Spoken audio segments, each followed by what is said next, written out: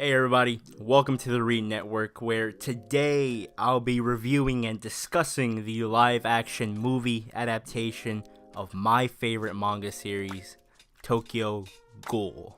Now before any of you mention it, trust me, I know this movie came out a while ago, but I do have what I consider a pretty good reason as to why I am just now getting around to watching it. So here's the thing. I stan a manga series that has a bad, incomplete, incoherent anime adaptation. I am assuming all of you watching are aware of the general opinion on live-action manga or anime adaptations, but if not, it's that they're usually pretty shit.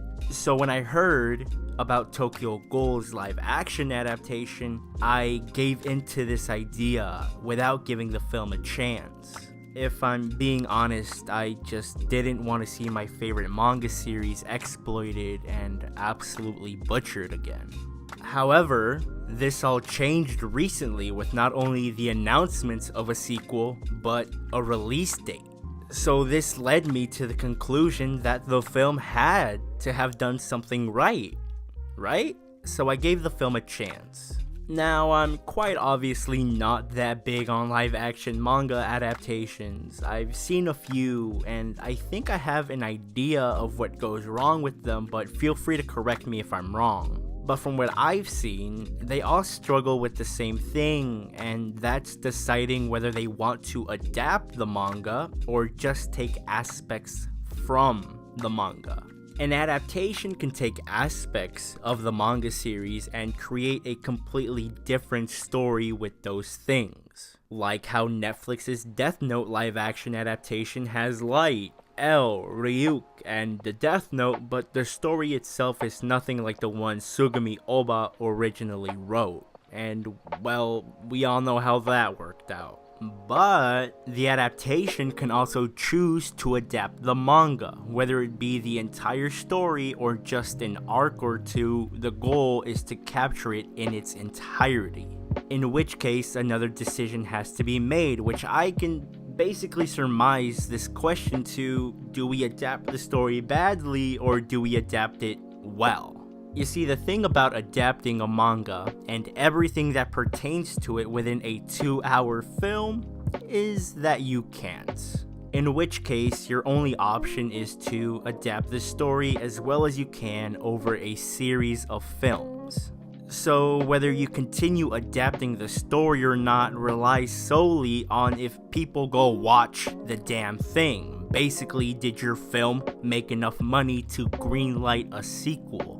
These unfortunate circumstances lead to what I'd call a bad adaptation, and we'll get into what that means later. But oftentimes, in order to secure somewhat of a profit, what they'll do is just try and fit in as many iconic moments into a 2-hour film as humanly possible, while at the same time completely defecating on the source material and story. Much like what the Full Metal Alchemist live-action film did, and, well, we all know how that worked out. There are good live-action manga adaptations out there though. I hear the Rurouni Kenshin live-action film adapts the manga very well. And from what I've heard, because I haven't watched the live-action film, they do this by adapting a couple of the story's major arcs across 3 films.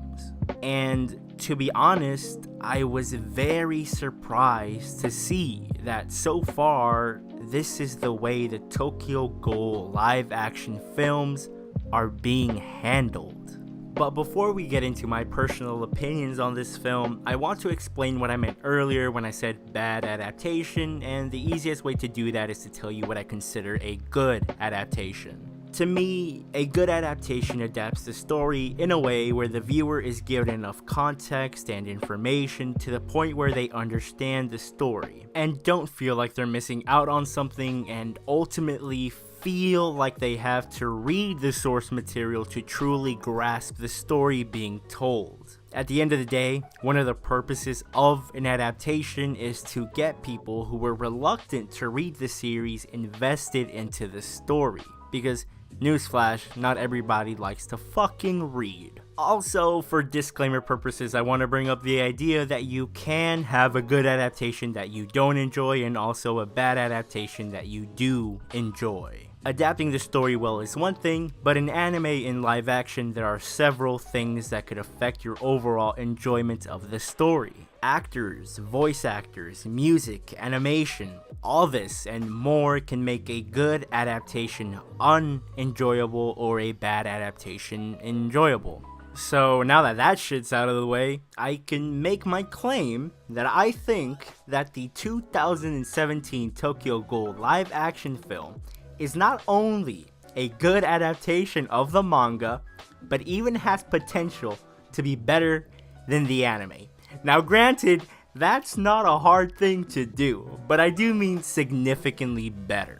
I actually really enjoyed the film, and there were a lot more positives than there were negatives, so let's list off what didn't work in this film.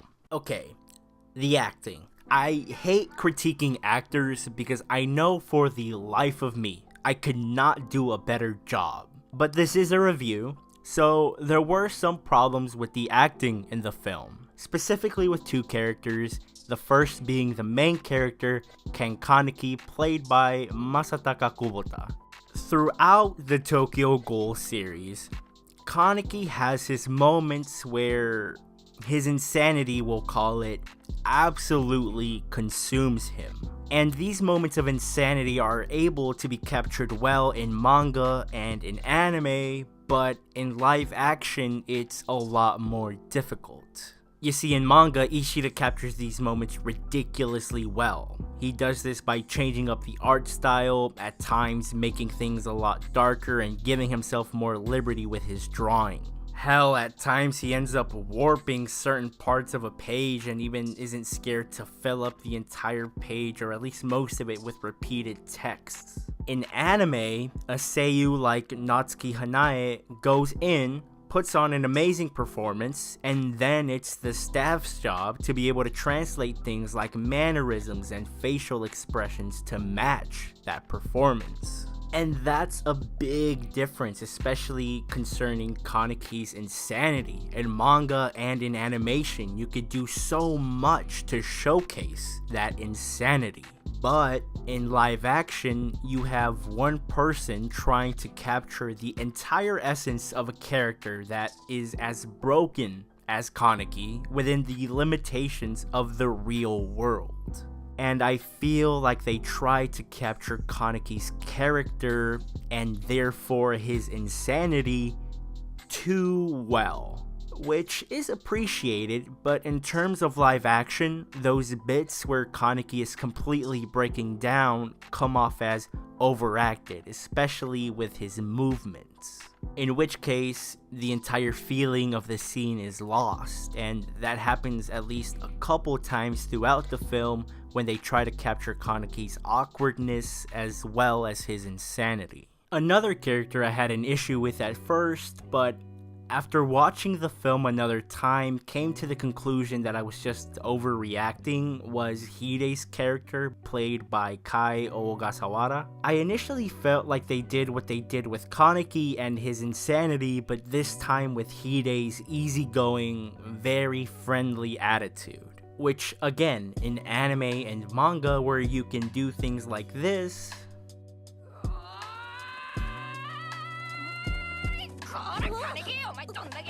these actions come off as funny and quite charming, but in live action, at first, I couldn't help but feel like once again they were trying to capture a certain aspect of a character too well. But like I said, it wasn't that big of an issue with me the second time around. And this final thing isn't necessarily a problem I had with the acting, but it is similar to the previous two issues I mentioned due to it being related to how they were trying to represent each character as accurate as possible. Hinami and how reserved she is. First off, I don't know what it was, but the relationship between Kaneki and Hinami, which is similar to that of siblings, felt forced and not something that developed naturally. And I could say the same about the relationship they expect the audience to form with Hinami. There was just something off about Hinami's attachment to her mother that didn't work. Hinami and Ryoku both have what I'd consider limited screen time in the anime, and even in the manga they appear maybe a bit more than they did in the film. But although the appearances may be the same, we have more time to warm up to these characters in manga and in anime than in a 2-hour film. Which is why it wasn't the best idea for them to try and capture Hinami's reserved nature as accurately as they did. Hinami is pivotal to the latter half of the film, with the death of her mother and that being the catalyst to what are the concluding fights, which also include a big character moment for Hinami. Which is why you want the audience invested in this character as soon as possible, without it feeling forced. I feel like what would have been best for Hinami's character in the film would have been for them to increase her exposure to us and not make her so shy and reserved right from the get-go. Because a lot of the scenes Hinami is in, when we're introduced to her, she either doesn't say or do anything. And in a 2-hour film where there are already a bunch of characters that need focus, that's just wasted time. Again, I appreciate the commitment, but there are times where it's okay to alter things to better suit the medium, and I feel like this was one of those times. And that's it. Really, I enjoyed everything else. While I did mention a couple of questionable performances, one, it's nothing that can't be fixed, and two, I won't let those performances get in the way of all the other really good ones.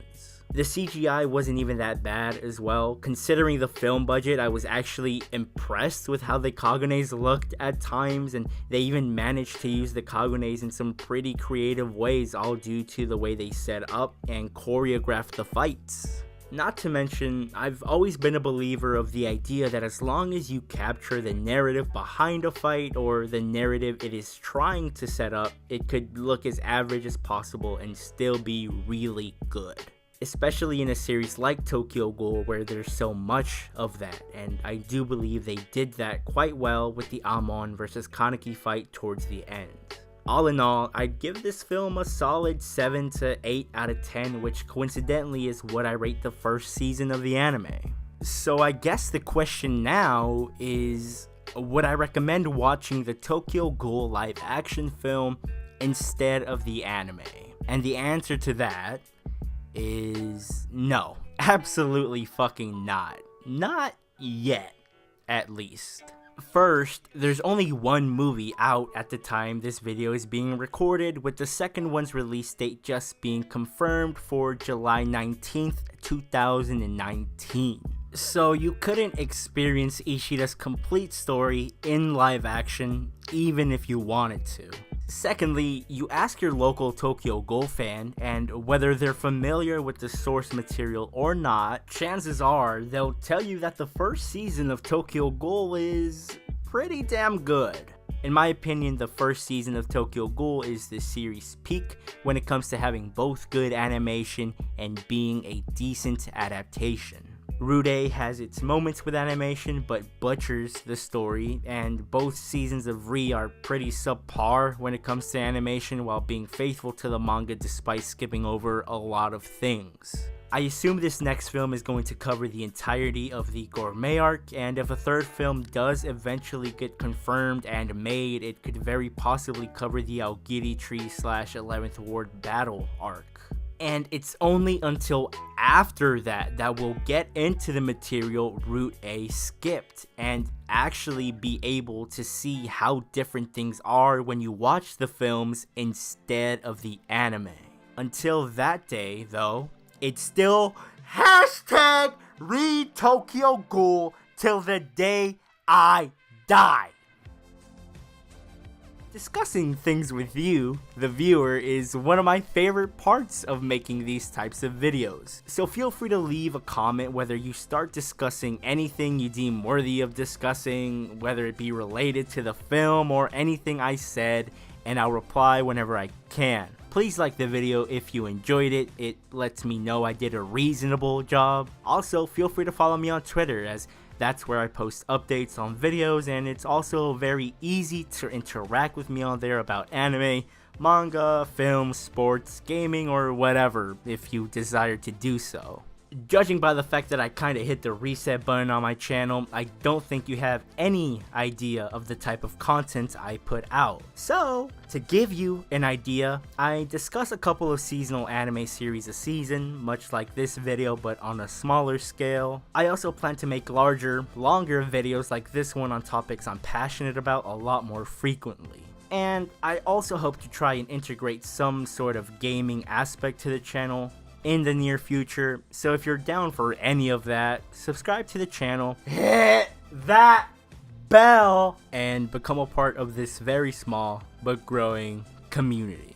And with that being said, I hope you guys have a great rest of your day, and I'll see you guys soon. Peace.